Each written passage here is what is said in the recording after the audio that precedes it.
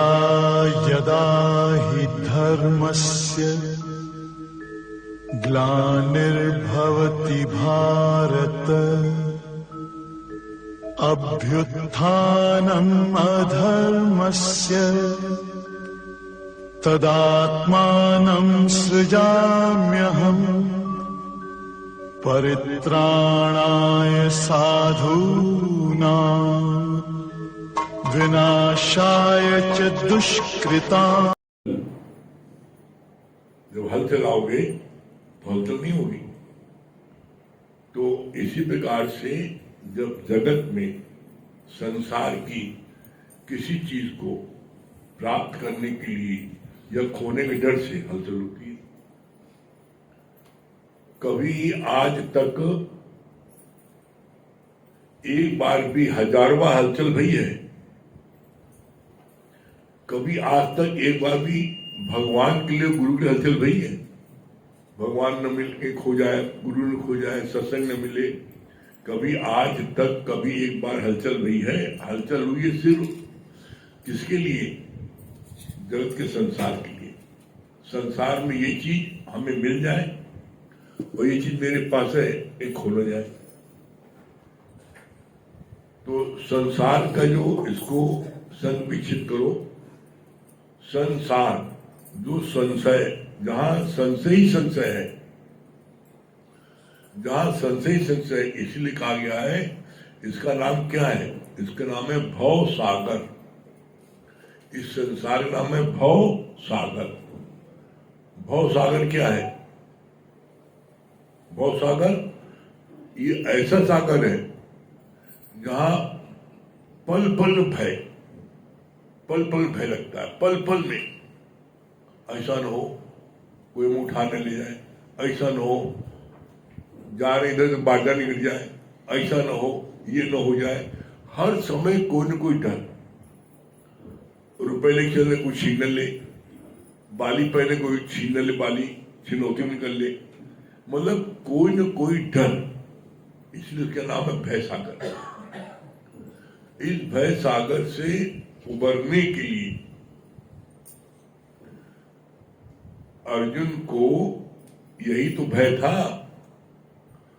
अर्जुन ने भगवान कृष्ण से ये बोला कि मैं अपने सगे संबंधियों को मार के, गुरुजन को, भीष्म पितामह को, दादा को, बड़े पापा को, भाइयों को मार के, खून से सने हाथों से मैं राज्य करूं, इससे अच्छा है मैं भीख मांग करके गुजारा बसर कर लूंगा, हम मारूंगा नहीं। और ये कह करके क्या बोला कि मेरा पैर कांप रहा है, हम खड़े नहीं हो पा रहे, मेरी आंख फड़क रही है, मेरा हाथ फड़क रहा है और मैं खड़ा नहीं हो सकता, और बैठ गया। और ये निर्णय सुना दे मैं युद्ध नहीं करूंगा। तो भगवान ने उसकी बीमारी पकड़ी कि ये ऐसे तो इस युद्ध के पहले सैकड़ों युद्ध जीत के आया है, लेकिन आज ये ऐसा क्यों डर रहा है? इसलिए डर रहा है ऐसा क्यों? क्योंकि आज इसका युद्ध अपने वालों के साथ है। इसके बड़े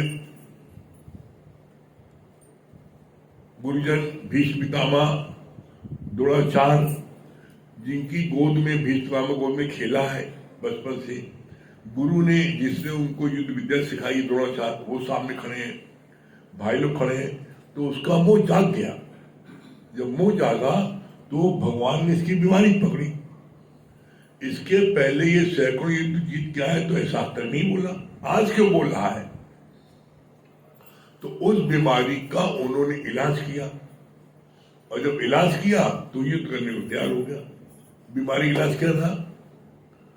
जिन भाइयों के लिए, जिन भीष्म पितामह के लिए, जिस द्रोणाचार्य के लिए, धृतराष्ट्र के लिए उसका मुंह जगा था, उसके लिए उन्होंने एक एक करके सबको बताया कि जिनको तुम अपना मान रहे हो, तुम मान रहे हो अपना ना, लेकिन ये तुमको अपना दुश्मन मान रहे हैं और तुम समझते हो कि मैं इनको मारूंगा, तुम मारोगे। ये सब मरे पड़े हैं, मैंने इनको सबको मार दिया पहले।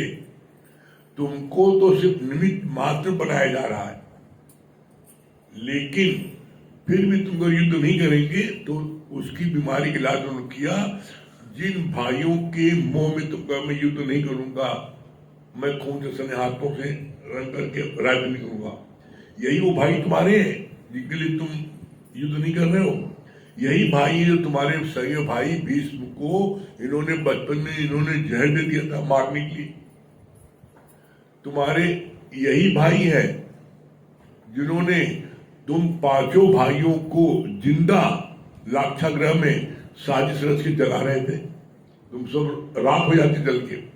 लाक्षागृह में इनको जिंदा जलाने की साजिश की। ये तो विदुर जी थे जिसकी वजह से ये जो है बसते गए। उन्होंने बोला कि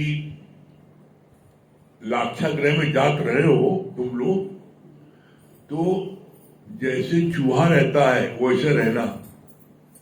इशारा समझ गए? चूहा कभी भी रहता है कहीं तो इधर घुसता दूसरे से निकल जाता है। तो मतलब क्या कि तुम जो है एक रास्ता और बना लेना निकलने का। तो उन्होंने रातों रात उन्होंने जो है क्या किया, एक रास्ता बना लिया निकलने का। उन्होंने लाक्षागृह में आग लगा दी, सब जल गए, राख हो गए। फिर लोग बाहर निकल गए, जंगल में निकल गए। कहा उनको याद दिलाया तुम्हारे भाई थे तो इन्होंने तुमको जलाया।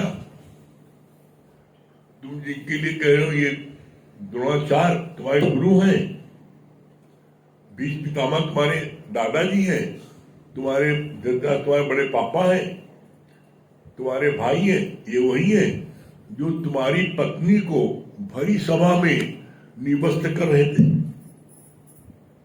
और भीष्म पितामह यही आंखें खुली देख रहे थे, बोल नहीं रहे थे। धृतराष्ट्र के पिताजी राजा वही थे। दुर्योधन को दो झापड़ मार के बैठाते हो कि सूची से मत करो, ये ऐसा दुष्ट काम कर रहा है। सब चुप देख रहे थे। तुम अत्याचार को देख रहे हो, घर में मुखिया हो, गुरु हो, बड़े पापा हो, घर के सबसे बुजुर्ग हो, अत्याचार हो रहा है और तुम चुप हो, तुम दोषी नहीं हो। इसीलिए सब मारे गए, सब मारे गए। जिसने भी दुष्टों का साथ दिया, जिसने भी अत्याचार देखा और उसका विरोध नहीं किया, सब मारे गए। देखो कोई बचा? सब मारे गए। एकमात्र उस पूरी सभा में सिर्फ विदुर जी थे जिन्होंने अपनी सामर्थ्य के अनुसार विरोध किया। क्या विरोध किया? वो खड़े हो गए, नहीं गलत है ये, कुल की बहू को इस प्रकार निवस्त किया जाएगा, गलत है ये, उनको ही होना चाहिए। तो दुर्योधन ने उनको बड़ी बेइज्जती करके डांट के बैठा दिया। तभी धृतराष्ट्र भी कुछ नहीं बोले और वो भी नहीं बोले कुछ, न धृतराष्ट्र बोले और न आपके भीष्म पितामह बोले। उस समय बोल सकते थे ना, उस समय वो बोल सकते थे ना, डांट सकते थे, लेकिन नहीं डांटा। क्यों नहीं डांटा? क्यों? तो दोषी नहीं भय।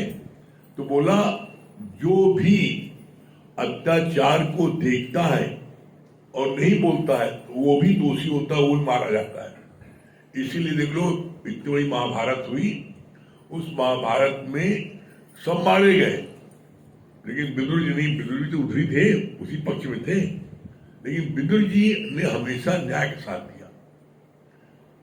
बाकी जितने थे पूरा कुल कौरव, पूरा कुल मारा गया। इसलिए जो है भूल के कभी इस संसार के उसमें, संसार में अर्जुन ने यही संसार देखा ना, मेरे भाई हैं, मैं इनको नहीं मारूंगा, मेरे गुरुजन है, मेरे पितामह है, मैं इनको मार के खून के सने हाथों से मैं राज्य करूं, मुझको ऐसा राज्य नहीं करना है, मैं भीख मांग के गुजारा बसर कर लूंगा। तो उसकी बीमारी पकड़ी मुंह की, तो मुंह का इलाज किया, तो उन्होंने फिर युद्ध के लिए राजी हो गए। इसी तरीके से तुम्हारा इलाज क्या है? तुम्हें डर काहे लग रहा है? भव सागर जगत का दुनियावी पदार्थ, जगत में जो दिख रहा है पदार्थ, वो चला न जाए या हमें मिल नहीं रहा तो उसका दुख है बस, और कौन सा दुख है? कोई दुख होता तो आज तक कभी बात का दुख हुआ कि हमने सत्संग नहीं लिया, गुरु से नहीं मिले, भगवान का दीदार नहीं हुआ, कभी इसका एक बार भी दुख हुआ नहीं। हमें दुख होता है जो सांसारिक वस्तु हम देखते हैं और समझते हैं ये सच है, तो सच है, सच है लेकिन सत्य नहीं है। सच लाखों करोड़ों है, जो दिख रहा है सब सच है, लेकिन जो दिख रहा है सब चल रहा है, जो दिख रहा है सब चल रहा है। सत्य एक है, ब्रह्म, बाकी कोई नहीं है। तो हम सत्य को, ब्रह्म सत्य को, उसका अनुभव नहीं कर रहे हैं, उसको नहीं फील कर रहे हैं, हम सच बैठ के हैं, और जो सच है वो हमेशा रहने वाला नहीं है, इसीलिए भय लगता है। और जो चीज दिख रही है इस संसार में वो सब कुछ जाने वाली है। एक चीज ऐसी बता दो इस पूरे ब्रह्मांड में जो दिख रही हो न जा रही हो, इसलिए कहा है जो दिखे सब चल रहा, इसीलिए कहा है कि जो सुख आए फिर नहीं जाए, जो सुख आए फिर नहीं जाए उसका करो विचार, देखा पागल सब संसार। जो सुख आए फिर नहीं जाए उसका करो विचार, उसका विचार करो। जो सुख आने वाला जाए नहीं, सुख सुख सब करते जाए, सब लोग सुख सुख करते हैं, लेकिन सुख जो परमानेंट सुख है, जो सुख आए फिर नहीं जाए, आने बाद जाए नहीं, उसका करो विचार, उसका विचार करो। उसका विचार कर नहीं रहे हो, उसका विचार करोगे तो तुम्हें जीवन में कभी दुख नहीं होगा। जो सुख आए फिर नहीं जाए उसका करो विचार। एकमात्र परमानेंट सुख किसमें है? ब्रह्म, एक ब्रह्म है जो परमानेंट रहने वाला है, बाकी कोई नहीं। तो जब तुम ब्रह्म उस शक्ति से प्यार करोगे वो कभी नहीं जाएगी, वो हमेशा रहेगा। तो हम प्यार करते हैं जो दिख रहा है दुनियावी चीज, बेटा है, बेटी है, पत्नी है, पापा है, मम्मी है, भाई है, बहन है, उनको प्यार कर रहे हैं। आज तक इस संसार में कोई एक प्राणी हो जिसने जन्म लिया हो और उसका शरीर नष्ट न हो। यहां तक कि जिनको हम भगवान कहते हैं, राम, वो आए, वो भी उनको शरीर छोड़ना पड़ा। कृष्ण आए, उनको शरीर छोड़ना पड़ा। दादा भगवान आए, उनको छोड़ना पड़ा। कबीर आए, गुरु नानक आए, प्रमला भगवान आए, जिन सब कुछ से छोड़ना। लेकिन आप बताओ, एक दिन भी ऐसा बीतता है जिस दिन प्रमला भगवान का नाम न लिया जाए? एक दिन ऐसा कभी बीतता है जिस दिन प्रमला भगवान को याद न करा जाए? तो वो पहले साकार थे, अब निराकार हो गए, और पहले भी निराकार थे। निराकार से साकार हुए, साकार से निराकार हुए। उसी तरह हम सबका है, हम सब भी पहले निराकार थे, साकार हुए, साकार से निराकार फिर जाएंगे। कैसे? जैसे मान लो किसी की उम्र 20 साल है, 20 साल उम्र है, तो 1 साल से लेके 20 साल तक ये साकार रूप हो गया। 20 साल पहले क्या थे? दुनिया में कहां थे? 20 साल पहले कहां थे? नहीं थे, तो निराकार थे। एक ड्रॉप से इतना शरीर बना। अब यही शरीर 1 साल से लेकर 100 साल तक मौज मस्ती लेने के लिए आया है, और फिर चल मेरा भाई, फिर चला जाएगा, फिर वही कहां से, जहां से उत्पत्ति हुई है वही मिल जाएगा, और तभी इसको शांति मिलेगी। अगर अपनी उद्गम स्थान पर जहां से उत्पत्ति होती है उसी जगह मिलने पर उसको शांति मिलती है और उसी में वो भागता है। अगर उसके अलावा और कहीं जाता है तो शांति नहीं मिलती। कैसे? इसका प्रमाण देख लो। पानी है, पानी की उत्पत्ति कहां से हुई? पाताल से। अब पानी को तुम चाहे 25 मंजिल स्टोरी बिल्डिंग चढ़ा दो और चाहे धरती पर पानी तो वो नीचे भागता है, नीचे भागेगा। क्यों? उसकी उत्पत्ति पाताल से हुई है। इतनी बारिश होती है, पानी कहाँ जाता है? पाताल पर। सूर्य से उत्पत्ति क्या हुई है? लाइट की। अब लाइट तुम जलाओ, मोमबत्ती जलाओ, दिया जलाओ, कैसे में उसको टेढ़ा करो, मेढ़ा करो, उल्टा करो, उसकी मोमबत्ती लो कहाँ जाती है? ऊपर भागती है, उससे मिलकर। इसी तरीके से जीव की उत्पत्ति कहां से हुई है? You are son of God, तुम परमात्मा बच्चे हो। तुम्हारी उत्पत्ति कहां से हुई है? परमात्मा से। तो जब तक तुम परमात्मा से नहीं मिलोगे तुम्हारे को शांति नहीं मिलेगी, और तुम इसी 84 लाख योनियों में भ्रमण करते रहोगे। भ्रमण कौन करता है?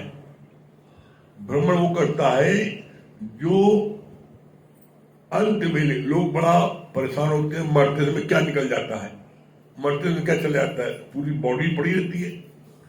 मरते समय ही अंत वेले की वासना जहां जाती है उसके अनुसार जन्म मिलता है। तो अंत वेले की वासना तुम्हारी जब भौतिक जगत की चीज में जहां पड़ी होगी, जिसमें पड़ी होगी, उसके अनुसार जाएगा। कैसे?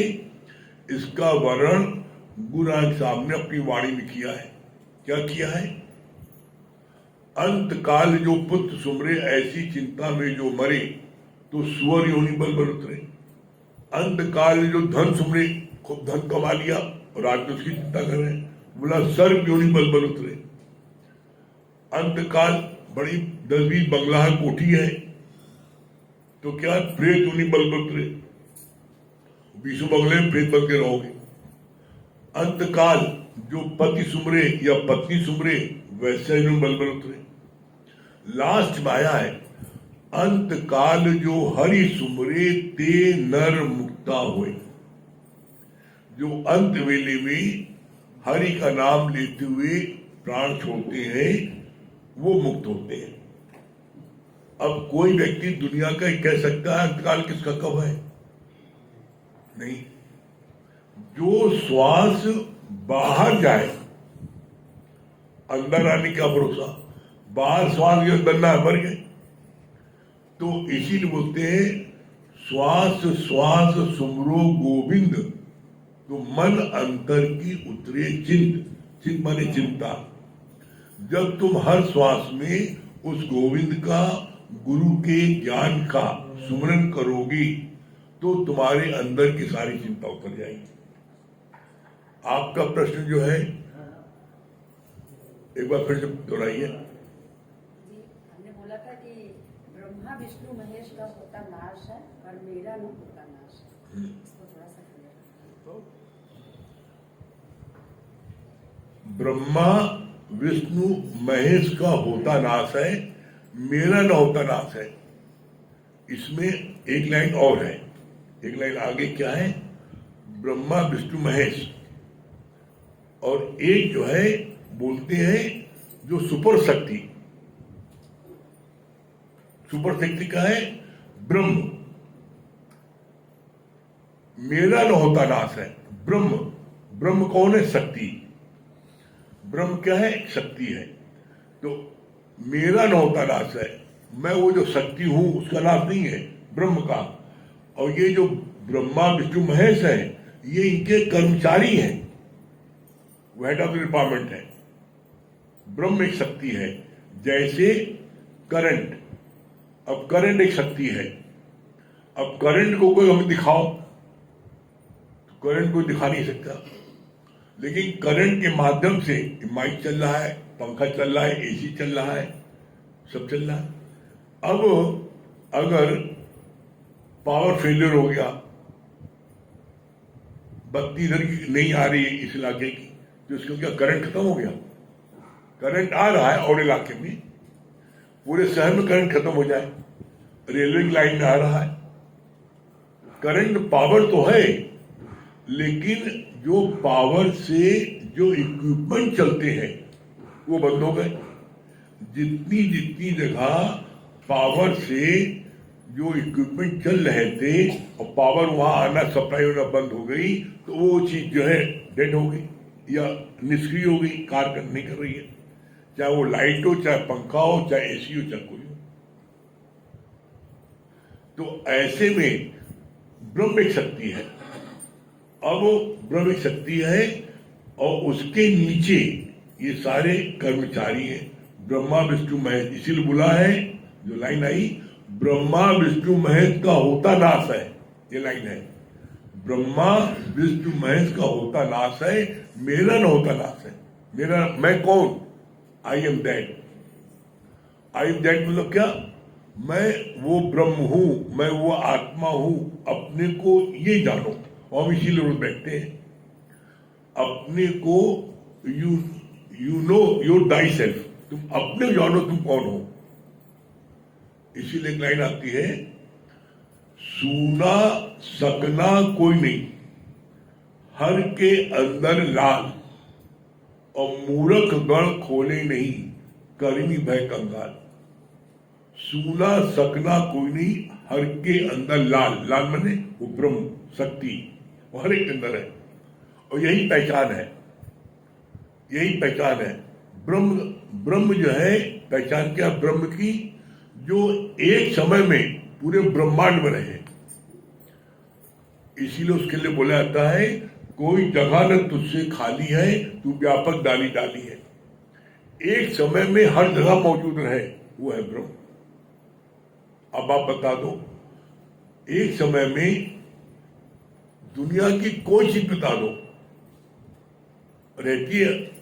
इसीलिए तुलना इसकी की गई है आकाश से। एकमात्र आकाश वो पूरे ब्रह्मांड में एक समय में हर जगह है, हर एक अंदर है, हर जीव अंदर है। वही आकाश। आकाश में क्या होता है? खाली जगह। आकाश में खाली जगह। इसीलिए आता ना कि हम अटक जाते हैं। आकाश मीन्स महाआकाश। अब ये घट आकाश है, इसकी 3 स्टेज है, घट आकाश, मठ आकाश, महाआकाश। तो यहां जो चर्चा हो रही है महाआकाश की। महाआकाश कोई ऐसा नहीं है जगह जहां ना हो। एक चींटी के भी पेट में जगह खाली रहती है, तभी वो खाना खाती है। आपके पेट में जगह खाली, तभी तो आप जो खाना खाते हो, रोटी दाल चावल खाते हो, जगह खाली है ना। हम अटक क्या है? ये है घट आकाश। ये हॉल क्या है? मठ आकाश।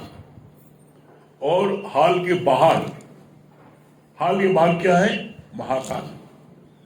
तो हम अटक जाते हैं, ये लड़का है, ये लड़की है, ये पत्नी है, ये पति है, उसको अटक जा रहे हैं। जब तुम एकदम खुले उसमें आओ आकाश में, तो अब कोई चीज दिखाई पड़ रही, सिर्फ आकाश दिखाई पड़ रहा है। इसी तरीके से जब हम सर्व से प्यार करते हैं तो कोई पराया है नहीं ना। हमें दुख किससे होता है? हमें दुख होता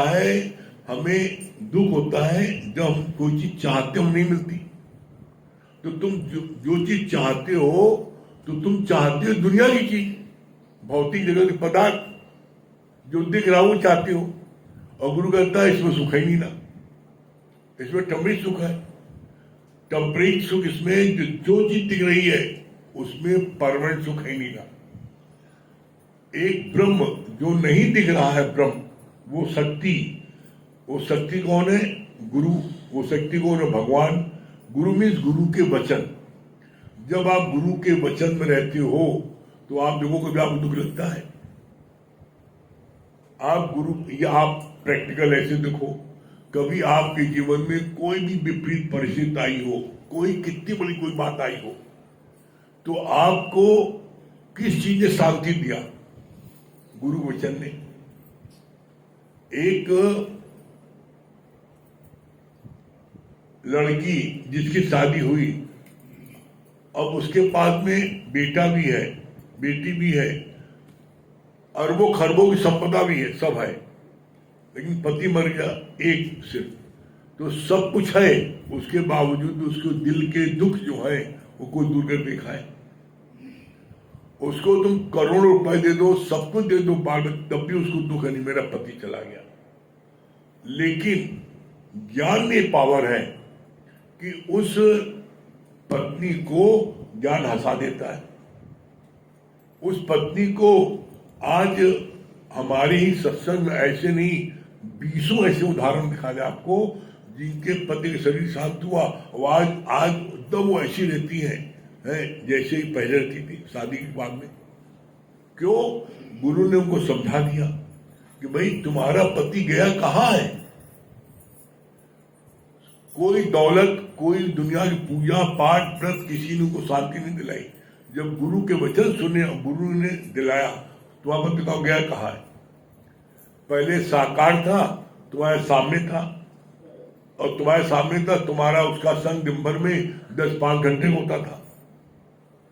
अरे अब तो क्या है, अब वो तुम्हारे 24 घंटे तुम्हारे साथ में संग हो गया। अब वो साकार से निराकार होकर तुम्हारे हृदय में समा गया। अब जब हृदय में समा गया तो अब बताओ कहाँ गया? तुम जब चाहे उससे बात कर लो। तो इस वचन ने उस लड़की को जीवन दान दे दिया। अब वो एकदम वैसी रहने लगी। हाँ सही बात है, कहाँ गया मेरा पति? तो एक विचार चेंज हुए ना, सिर्फ गुरु ने सिर्फ विचार चेंज कर दिया, और विचार चेंज होने पर वो जो है उसका जीवन फिर आनंद हो गया। और नहीं तो कोई उसको खुद नहीं कर पाया था। इसीलिए कहा गया है नॉलेज इज पावर। इन्हें आया है money is power, post is power, जात इज पावर। इन्हें आया है, क्या आया है ज्ञान में? Knowledge is power. और फिर लोग इसको उल्टा ले लेते हैं, गलत लेते हैं। नॉलेज पावर लोग समझते हैं कंप्यूटर की नॉलेज हो, साइंस की नॉलेज हो, बड़ी पोस्ट उसकी नॉलेज हो। और ज्ञान सब ज्ञानी ब्रह्म ज्ञान का ज्ञान, जैसे गोला तोप का साफ करे मैदान। आप दुनिया की सारी नाली ले लो, दुनिया की सारी नाली ले लो, वो सब ज्ञानी है, कंचे समान है। ब्रह्म ज्ञान की नाली बोला गया है। बिना इसके और ज्ञान सब ज्ञानी, चाहे हिंदी हो, चाहे अंग्रेजी हो, चाहे मैथ हो, चाहे साइंस हो, चाहे आपके कंप्यूटर हो, चाहे कोई हो, कितनी विद्या सीख लो, डॉक्टरेट कर लो, लेकिन जब जीवन में विपरीत परिस्थिति आएगी तो भोग होकर रोगे भी, मारपीट भी करोगे, डिप्रेशन भी आओगे, सुसाइड करने भी दौड़ोगे। लेकिन ब्रह्म ज्ञान तुमने ले लिया, तब क्या होगा? तब होगा शादी गमी की रीत नहीं। तब चाहे शादी हो चाहे गमी हो, तुम्हारे पास में, तुम्हारे घर में शादी के दिन जो खुशी होती है, और जब कोई गमी हो जाएगी तब उससे खुशी रहेगी, कोई रोएगा नहीं। क्योंकि ज्ञानी जानता है कि ये शरीर नष्ट हुआ है, ये तो अमर है, ये तो अजर है, अविनाशी है। कौन? शक्ति। और वो शक्ति जो बाहर थी अब मेरे अंदर आ गई। तो क्या जो चीज बाहर है अब अंदर आ जाएगी तो हम रोएंगे? जब हमसे दूर चलेगी तब हमें दुख होगा। यही चीज समझ, यही गुरु यहां समझाना चाहता है। लेकिन ज्ञान को जो अच्छे समझ लेता है, फिर वो हमेशा प्रसन्नचित्त रहता है। जैसे कृष्ण को आप पूरी जिंदगी बता दो, जितने समय तक कृष्ण ने अपनी लीला दिखाई, हमेशा प्रसन्नचित्त रहना, हमेशा मुस्कुराते रहना। तो उसी तरीके से जब तुम्हारी स्थिति हो जाएगी, हर चाहे अनुकूल परिस्थिति हो और चाहे प्रतिकूल परिस्थिति हो, हमारे मन मुताबिक हो और चाहे मन मुताबिक न हो, चाहे कितना भी मान मिल जाए और चाहे कितना भी अपमान मिल जाए, तुम दोनों में एक रस रहो। ऐसा नहीं जब मान मिला छत पर नाचने लगे, अपमान मिला तो घर के तहखाने में घुस गए और हफ्ते भर घर के बाहर नहीं निकले। ये जीव करता है, ब्रह्म ज्ञानी नहीं करता है। तो हम सब लोग यहाँ रोज बैठते इसलिए हैं जिससे कि हमारे अंदर में जो वो शक्ति है वो शक्ति को हमें प्रकट करना है। और जो रोज प्रयत्न करेगा उसी प्रकार से उसके अंदर से शक्ति प्रकट हो जाएगी। जिस प्रकार से आप एक स्थान पर बोरिंग करो तो चाहे वो 50 फीट पानी निकले, चाहे 100 पर, चाहे 200 पर, चाहे 500 पर फीट गहराई में पानी निकलेगा। धरती के हर कोने में पानी है। आप अभी जमुना जी के पास बोरिंग कराओगे तो 50 फीट पानी निकल आएगा, और यही आप रेगिस्तान में जयपुर तक जाके बोरिंग कराओगे तो 500 फीट गहराई करना पड़ेगा, पानी निकलेगा। पानी है। अब जो व्यक्ति के अंदर में जितनी ज्यादा मलिनता है, गंदगी है, खुराफात है, उसके देर में उसके अंदर से भगवान उतनी देर में प्रकट होगा, क्योंकि सफाई होगी ना। आप देखो जब बोरिंग होती है तो बोरिंग में कितना कितना पानी निकलता है। तो जब बोरिंग गुरु करेगा तो पहले गंदा पानी निकलेगा, एक दिन पानी तुम्हारे साफ निकलेगा। लेकिन बोरिंग पूरी कोई कराए तो कोई 5 फीट, कोई 10 फीट, कोई 50 फीट, भैया हमसे हो जा भाग हुआ, गुरु का करे। वो मशीन लेके दौड़ेगे थोड़ी हो पीछे।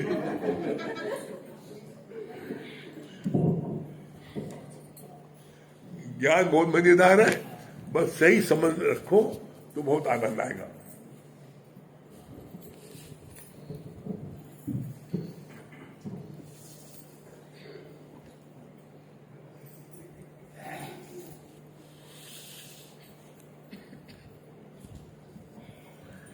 मुझे एक प्रश्न आया था, अमित भैया हाँ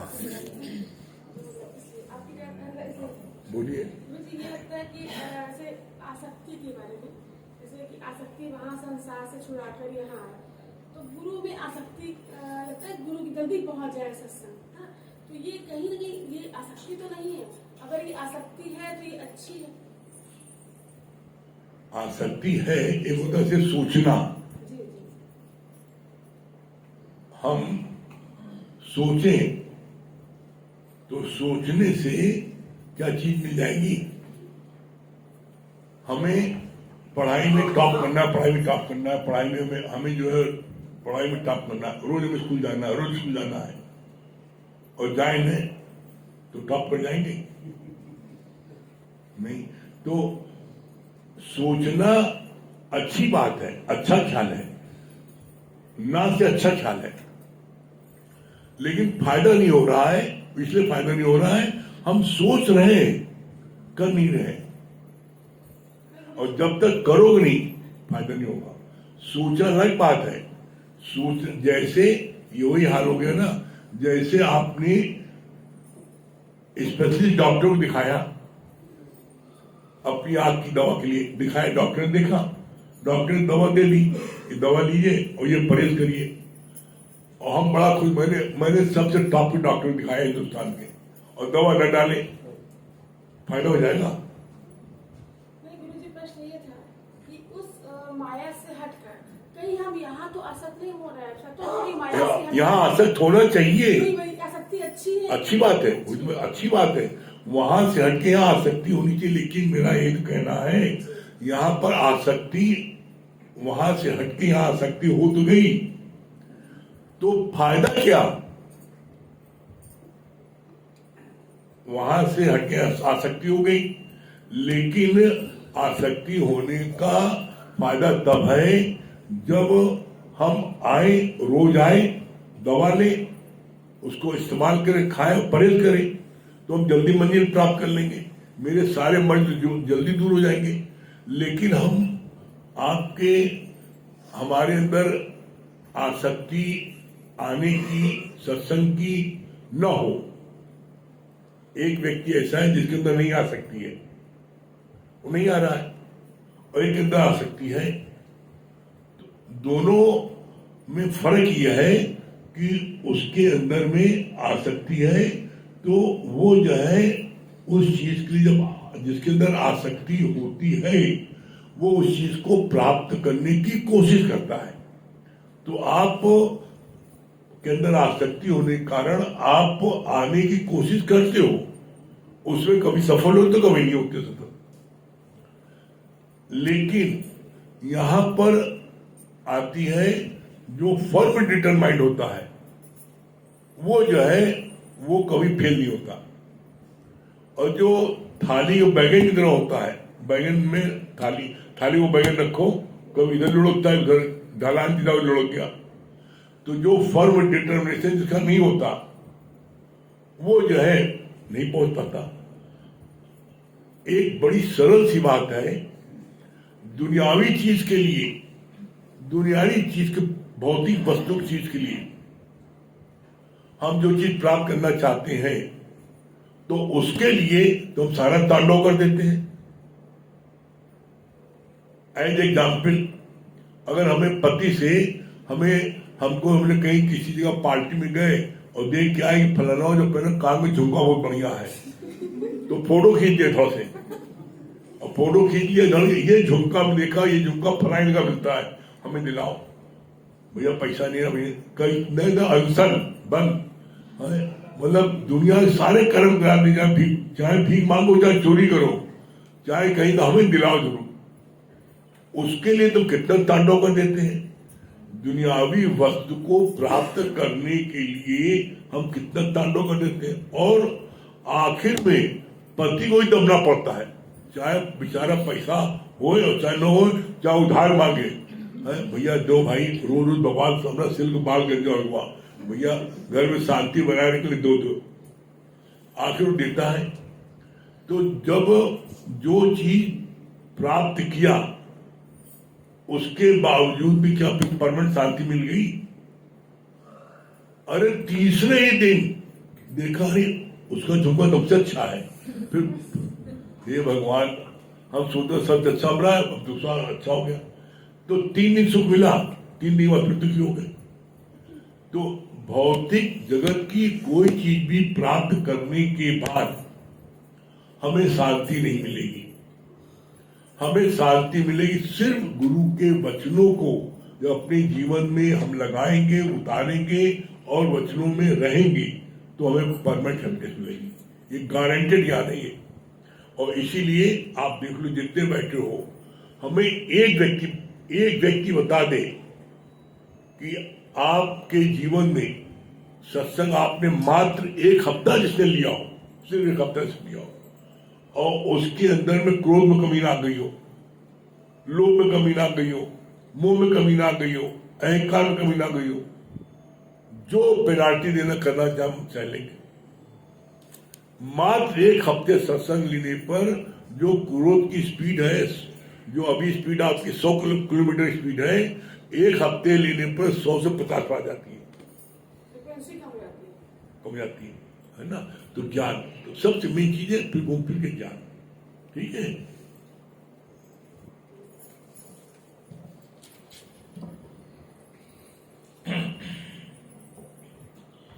सभी प्रेमी भाइयों, सबसे पहले तो हमारे फौजी भाई डांडी के शर्मा जी को जन्मदिन की बहुत बहुत बधाई। और आज भूमि का भी जन्मदिन, आज कभी भूमि स्थिर लग रही है। देखिए, आसक्ति की बात चल रही थी, तो सच बात तो ये है कि जिस चीज में हमारा इंटरेस्ट होता है, वो कार्य हम विदाउट रेस्ट कर लेते हैं।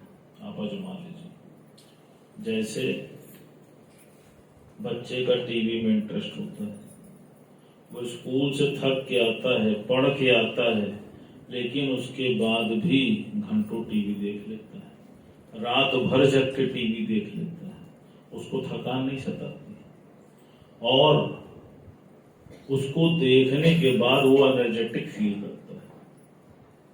पिक्चर हॉल में पिक्चर चलाने वाला व्यक्ति जो रील को चलाता है, उसके लिए वो पैसा पाता है, और 4 शो दिखाने के बाद जब घर पे आता है तो थका हुआ महसूस करता है। क्यों? क्योंकि उसका इंटरेस्ट रील चलाने में नहीं, और उसी पिक्चर को लोग पैसा खर्च करके देखने जाते हैं और आनंद लेके घर वापस आते हैं।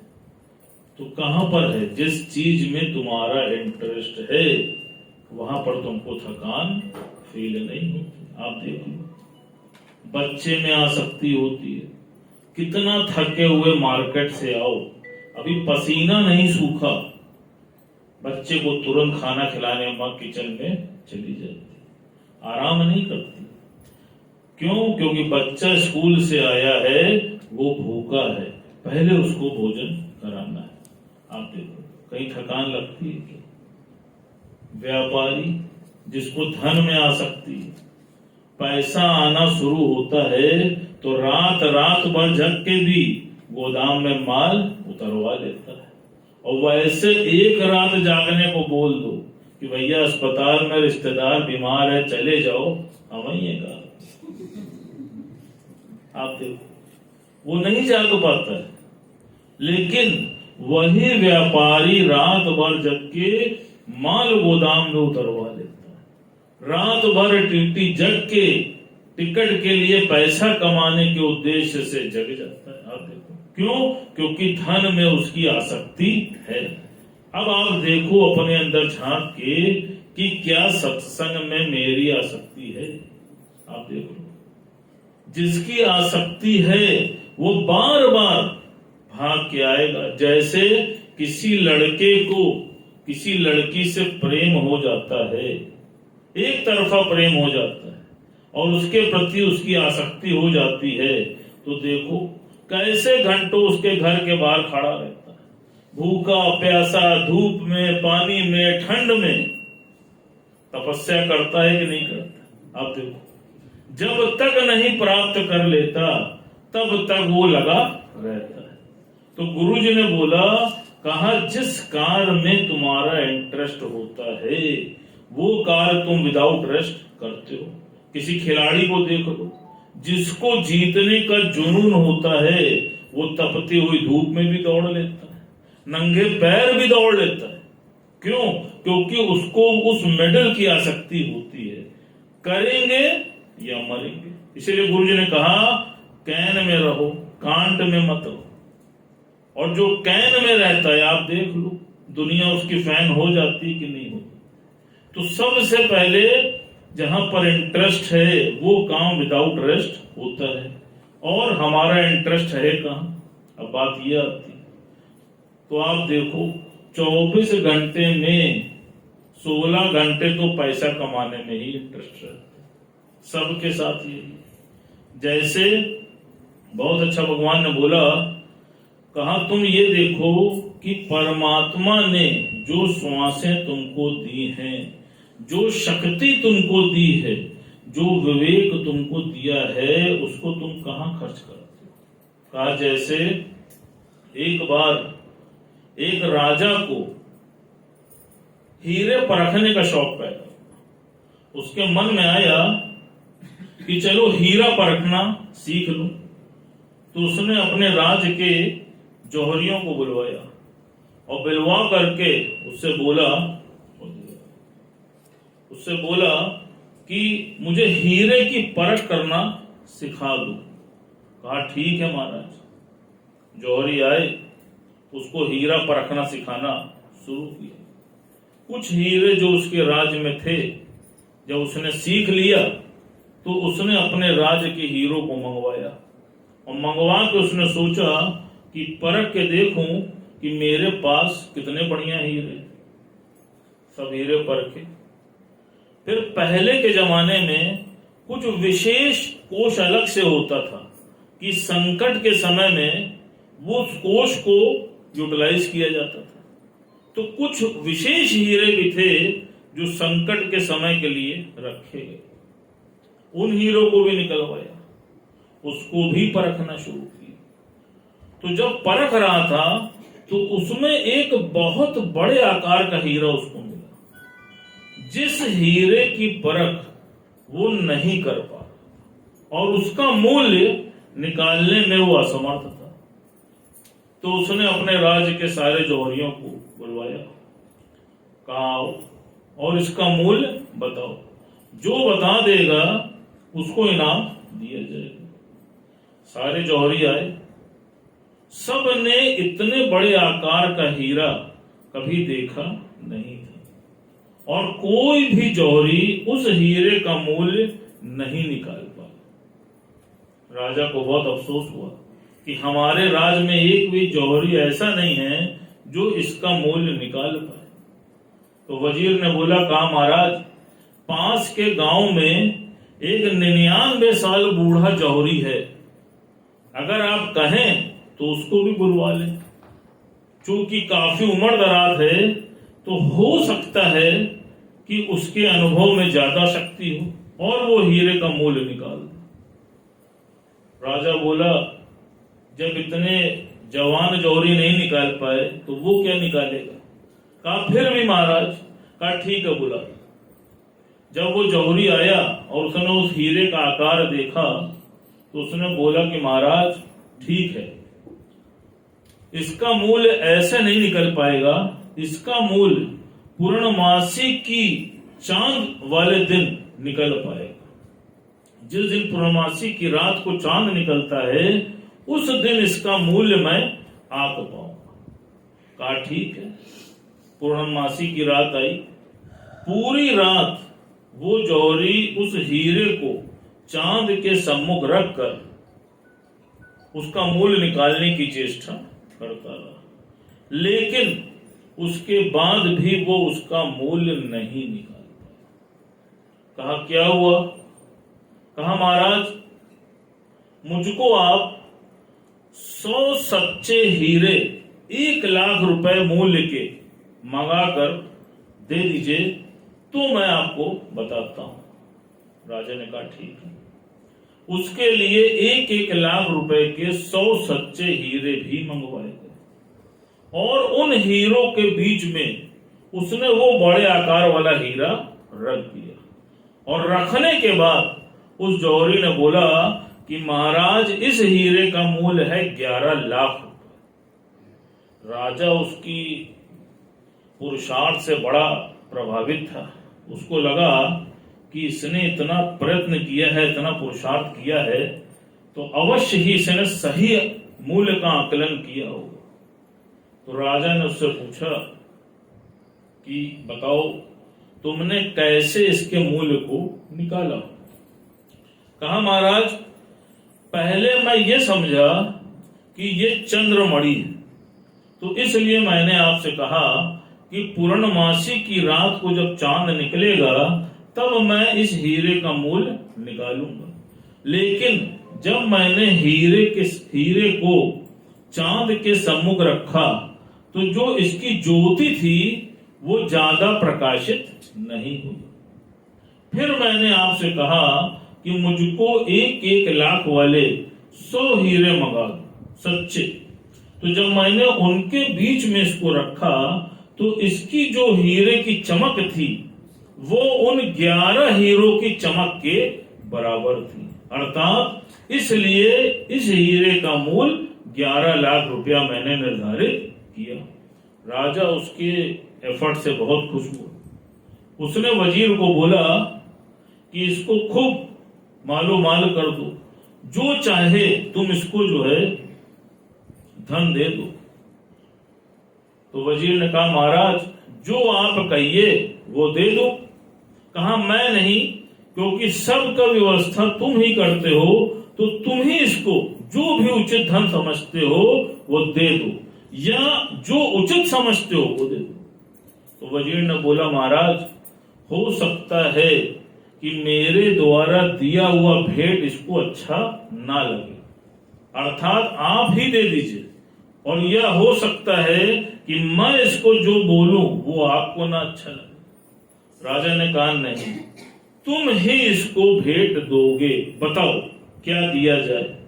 तो कहा महाराज, मेरे मत से इसकी उम्र है 99 साल, तो इसको 99 जूते मारे जाए। क्यों?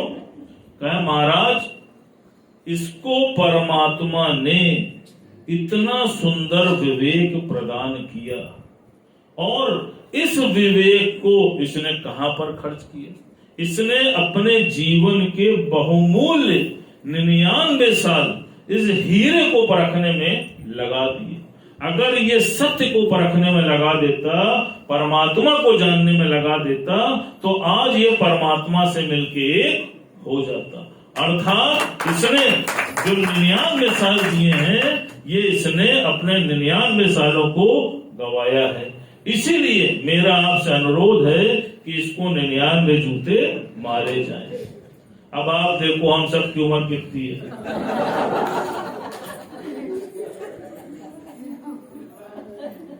और उससे बड़ी बात सोचो, उसको तो 99 साल बाद जाकर पता चला इस भेद के बारे में। हम सब यहाँ जितने भी बैठे हैं, हम सब की तो उम्र उससे बहुत कम है। कोई 40 है, कोई 45 है, कोई 50 है, कोई 60। आप सोचो, अभी भी तुम्हारे पास आधी इनिंग बाकी है, अभी भी मौका हाथ से नहीं गया है। आप सोचो, अभी भी तुम परमात्मा की ओर अपना मुख कर लो। फिर जैसे भगवान ने बोला ना, नहीं तो अंत वेले की वासना तुमको बार बार इस 84 के चक्कर में ले जाए। और आप देख लो, जीवन भर जो शक्ति परमात्मा से तुमको मिली, वो किस लिए मिली? मनुष्य का जो जीवन है, जो गॉड ने तुमको दिया, वो किस लिए दिया? वो तुमको परमात्मा को जानने के लिए दिया और मुक्ति पाने के लिए दिया। तुम मुक्ति छोड़ के दुनिया की हर चीज प्राप्त करने में लगे। लड़की, मकान, दुकान, धन, दौलत, बच्चे। आप बताओ, अभी कल भी बात चली थी कि मुक्ति पाना कौन चाहता है? वो तो गुरु तुमको मुक्ति के द्वार पर ले आता है और तुमको मुक्ति की पहचान करा देता है। आप देखो, तो इसलिए अभी भी मौका है, तुमको किसी ने नहीं रोका है, सिर्फ तुम्हारी आसक्ति ही बीच में आड़े आ रही है। और अगर सत्संग से आसक्ति हो रही है तो ये तो तुम्हारी उपलब्धि है, ये तुम्हारी हार नहीं है, ये तो तुम्हारी जीत है। अब ये तुम देख लो कि तुम्हारी आसक्ति कहाँ हो रही है, और जिसकी जहां हो रही है ध्यान रखना, उसी के अनुरूप उसको अगला जन्म मिलेगा। जैसे बोला ना, अंत काल जो पुत्र सुमरे, ऐसी चिंता में जो मरे, तो सुअर योनि बल बल उतरे। और लास्ट में बोला है, अंत काल जो हरि सुमरे, ते नर मुक्ता होए। तो मुक्ति पाना चाहते हो? दरोगा जी एकदम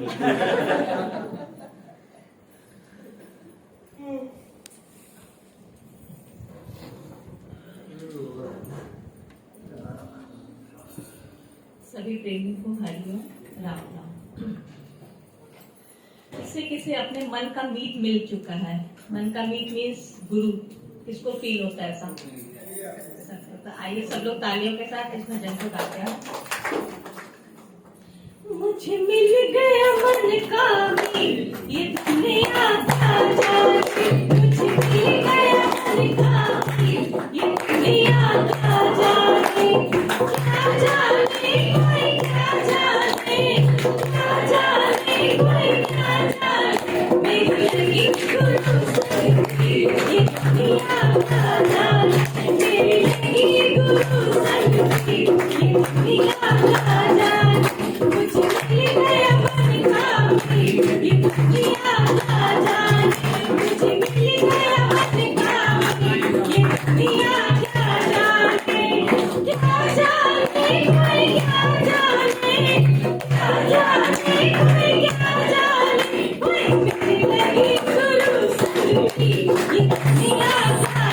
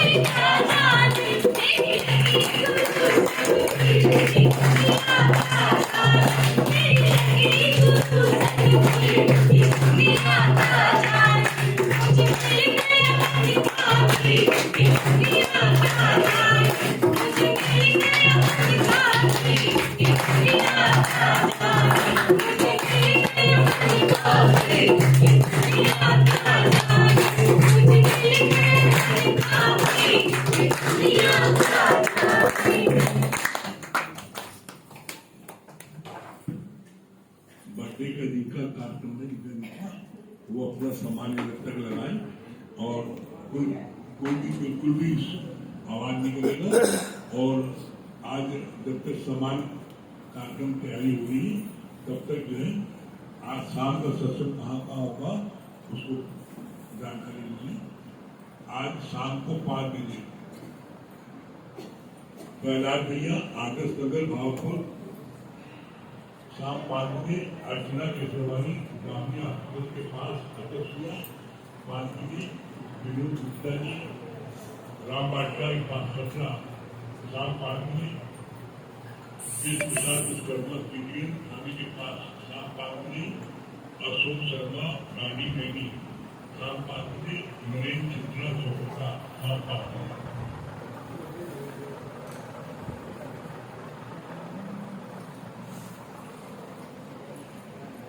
बाद में शाम को 5 बजे के बाद में 6:30 बजे कहाँ का सत्संग होगा द्वारका प्रसाद धन्यवाद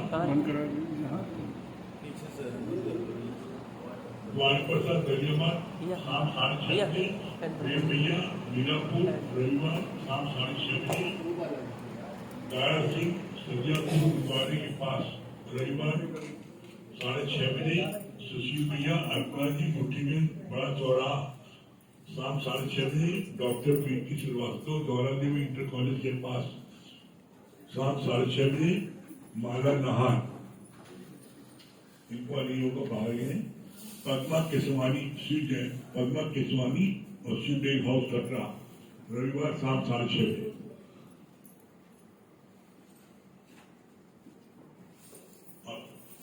इसके बाद में रात को 8:30 बजे मंगल सिंह लक्ष्मी सिंह ऊंचा मंडी, रविवार 8:30 बजे, और मुकेश भैया डॉक्टर काला नर्सिंग होम के सामने, रविवार शाम 8:30 बजे। ये सारे शाम को 5 बजे, 6:30 बजे और रात को 8:30 बजे, ये 3 टाइम आज शाम को सत्संग होगा। जिसके जो नजदीक पड़े वहां पर ले सकता है, और तीनों जगह जा सकता है, तीनों जगह आएगा। इसके अलावा जो सत्संग और जो होते हैं सोमवार से शनिवार तक शाम को 4:30 बजे वो इन लोगों का होते हैं। संजय भैया सुशीला जी राजापुर सोमवार को 4:30 बजे, निर्मला जी अतरसिया सोमवार 4:30 बजे, पूनम जी बाबा बर्तन भंडार नेत्रम चौराहे के पास कटरा मंगलवार शाम 4:30 बजे, वंदना अग्रवाल कलाई देवी बुधवार 4:30 बजे, अरविंद गौड़ सीमा गौड़ हनुमान मंदिर के पास कटरा बुधवार 5 बजे 4:30 बजे, नीलू केसरवानी दामी अस्पताल के पास सतरसिया गुरुवार 4:30 बजे, अमरनाथ और कल्पना केसरवानी हनुमान मंदिर के पास कटरा गुरुवार 4:30 बजे, मीना गुप्ता नरेंद्र सिनेमा के पास गुरुवार 4:30 बजे, महेश भैया संगीता अतरसिया शुक्रवार 4:30 बजे, और किरण जी प्रदीप भैया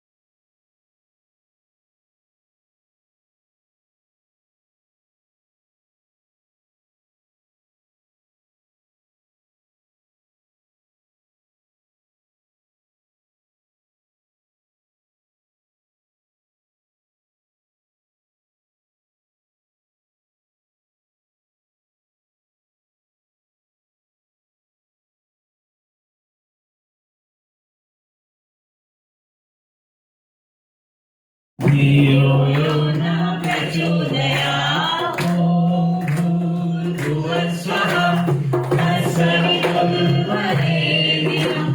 भर्गो देवस्य धीमहि धियो यो न प्रचोदयात् ॐ भूर्भुवस्सुवः तत्सवितुर्वरेण्यं भर्गो देवस्य धीमहि धियो यो न प्रचोदयात् ॐ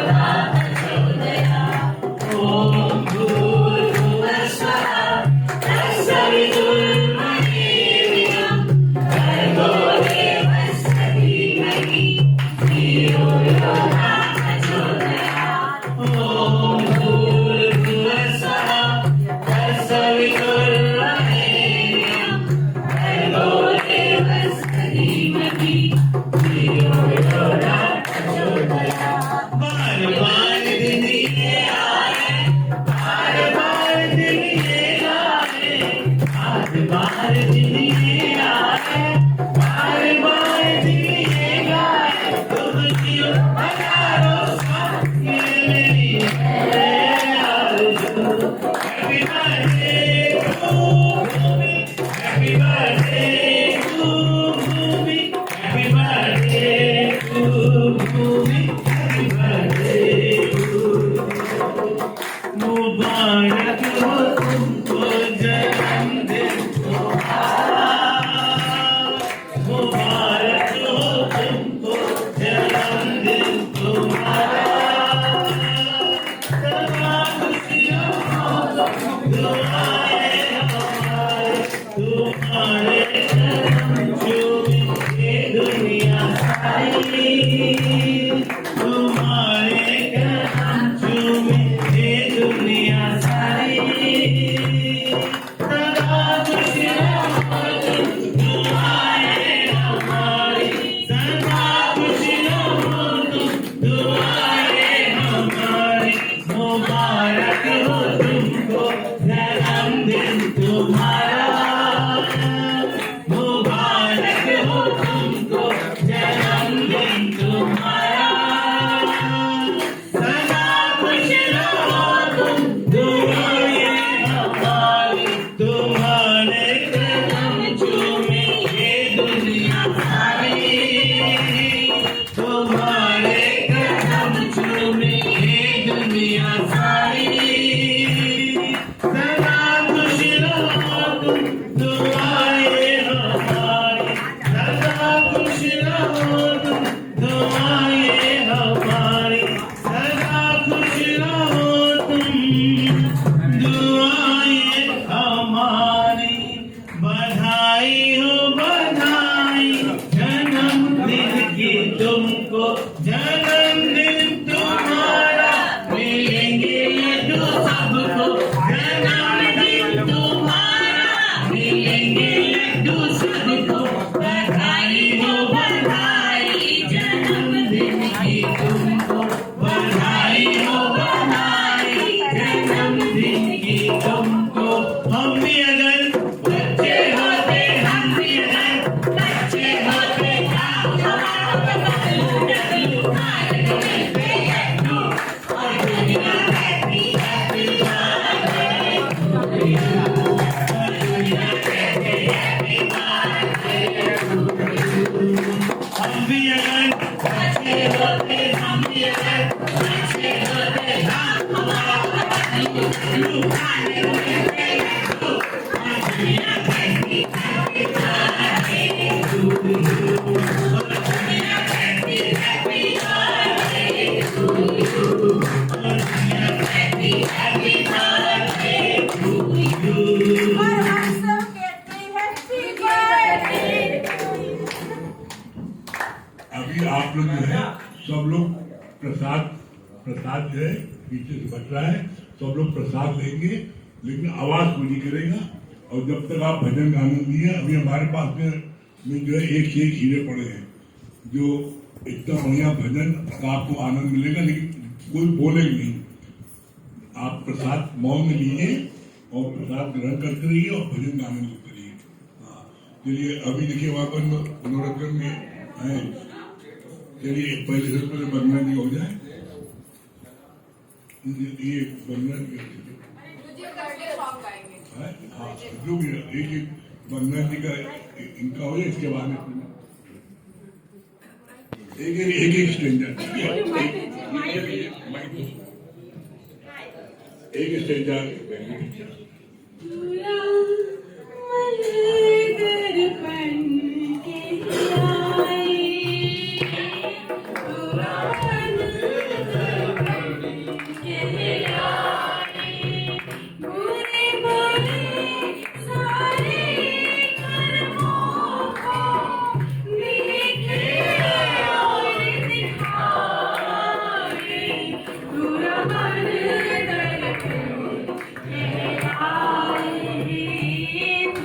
Thank you.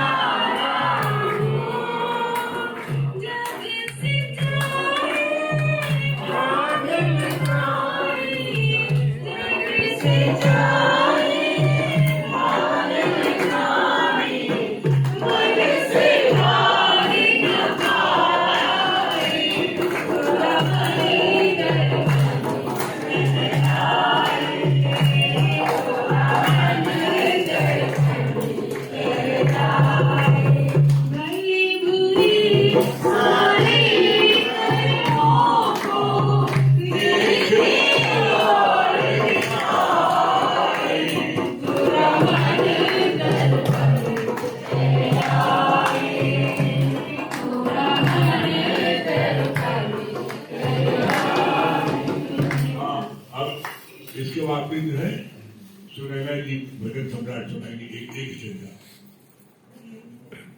गोकुल की गलियों में मच गया शोर, मच गया शोर, मच गया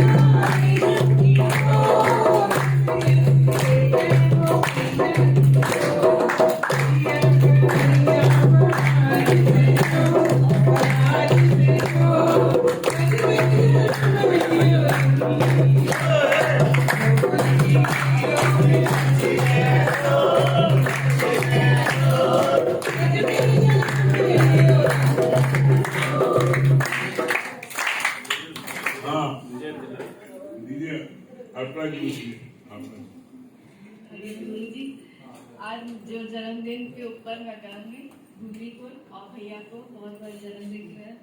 जन्मदिन आपको भूमि बधाई हो, बधाई हो।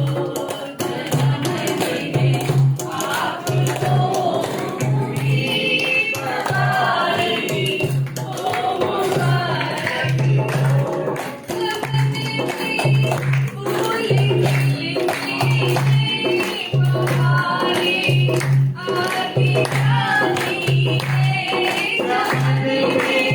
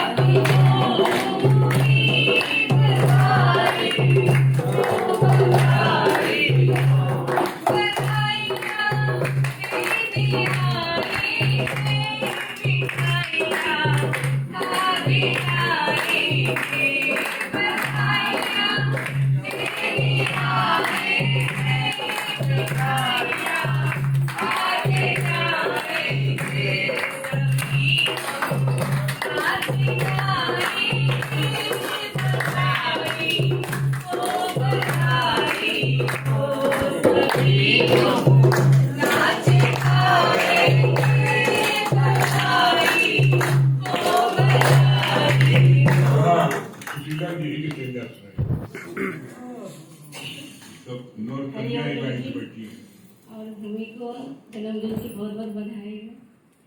तुझे सूरज कहूँ या चंदा, तुझे दीप कहूँ या तारा, तुझे सूरज कहूँ या चंदा, तुझे दीप कहूँ या तारा, मेरा नाम करेगा रोशन, जग में मेरा राज दुलारा।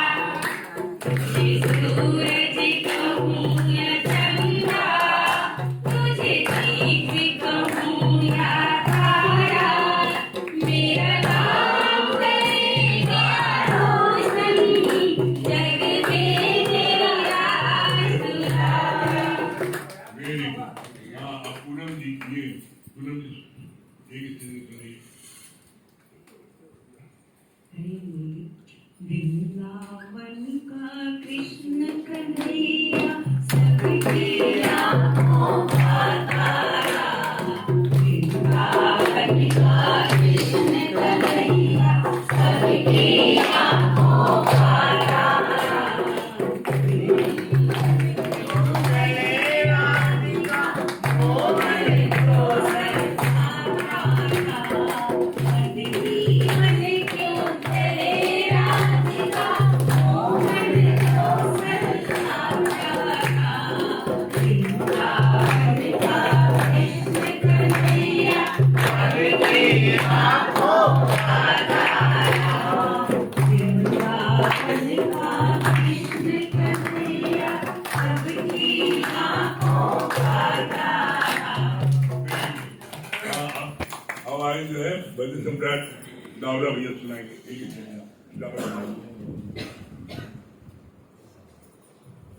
वो ना सुना दिए थोड़ा पूरा ध्यान रखा। पूरा ध्यान लगा, पूरा ध्यान लगा, गुरु गाड़े गाड़े आएंगे। पूरा ध्यान लगा, पूरा ध्यान लगा, गुरु गाड़े गाड़े आएंगे। गुरु गले से लगाएंगे।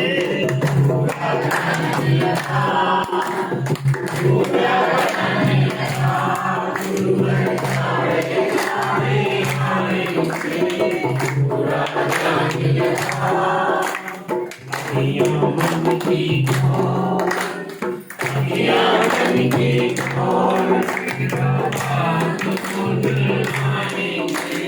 अखियाँ मन की खोल, अखियाँ मन की खोल, मेरा हाथ जलाएंगे। तुझे गले से लगाएंगे। पूरा ध्यान लगा, पूरा ध्यान लगा, गुरु जोड़े जोड़े आएंगे। पूरा ध्यान लगा, हे राम रमैया हो, हे कृष्ण कन्हैया हो, वही मेरा सतगुरु है। हे राम रमैया हो, हे कृष्ण कन्हैया हो, वही मेरा सतगुरु है। सब धर्म राहों चलना सिखाए जो, वही मेरा सतगुरु है। सब धर्म राहों चलना सिखाए जो, वही मेरा सतगुरु है। ऐसा है विश्वास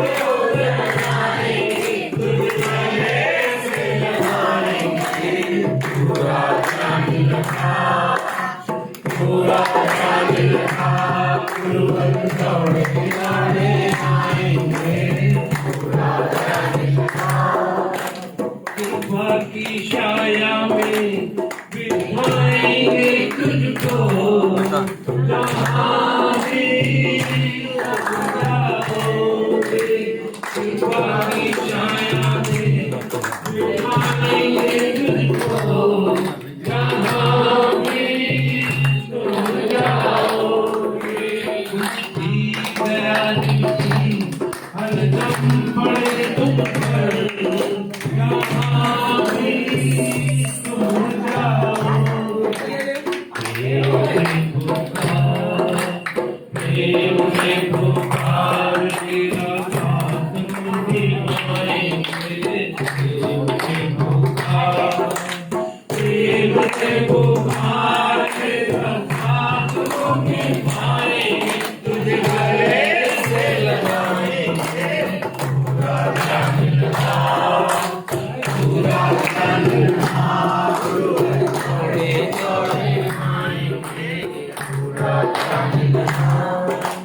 जियोने दुनियोने गुरु मेरी माता, गुरुवान है आया। जियोने दुनियोने गुरु मेरी माता, गुरुवान है आया। गुरु के चरणों में जिनकी सरस्वती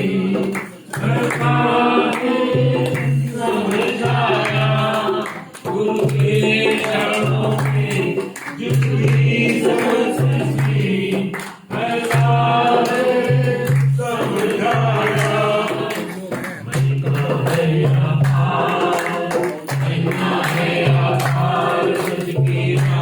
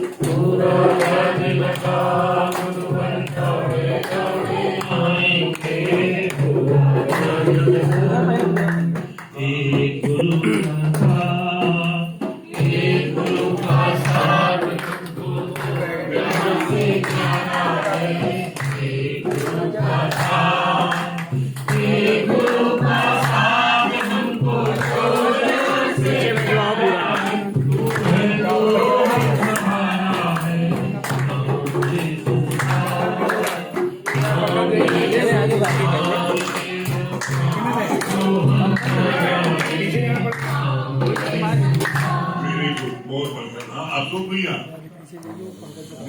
अशोक अपने मन में भाव सुना दीजिए।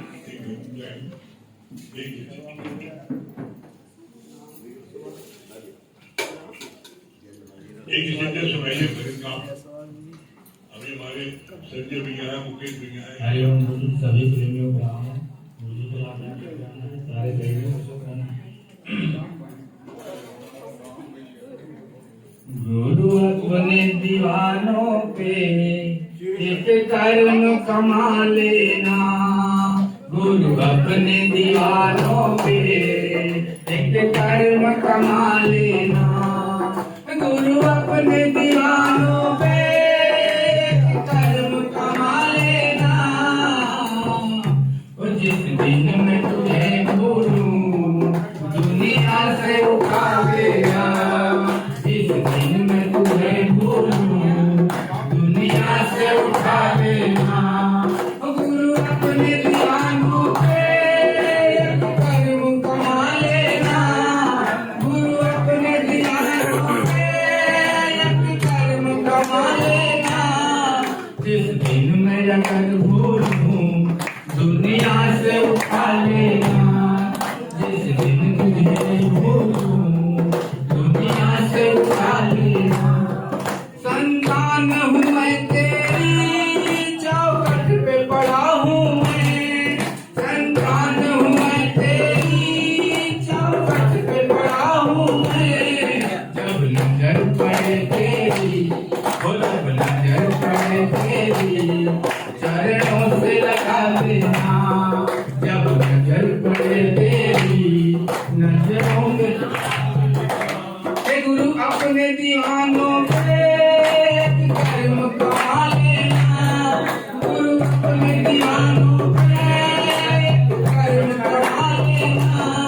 जिस दिन में तुझे भूलूं, जिस दिन में तुझे भूलूं दुनिया से उठा लेना, गुरु अपने दीवानों पे एक कर्म कमा लेना।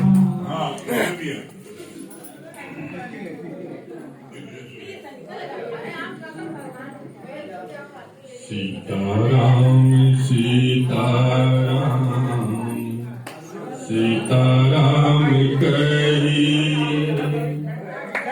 जाहि विधि राखे राम ताहि विधि रहिए सीताराम सीताराम सीताराम कहिए जाहि विधि राखे राम ताहि विधि रहिए मुख में हो राम राम राम सेवा हाथ में तू अकेला नहीं प्यारे राम तेरे साथ में मुख में हो राम राम राम सेवा हाथ में तू अकेला नहीं प्यारे राम तेरे साथ में विधि का विधान जान हानि लाभ सही है विधि का विधान जान हानि लाभ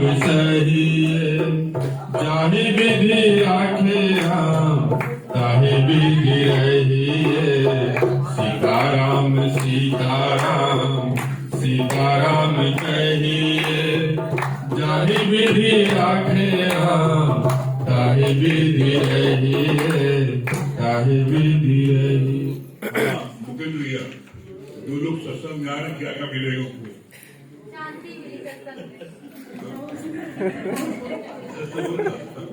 मेरा बोलना कहता था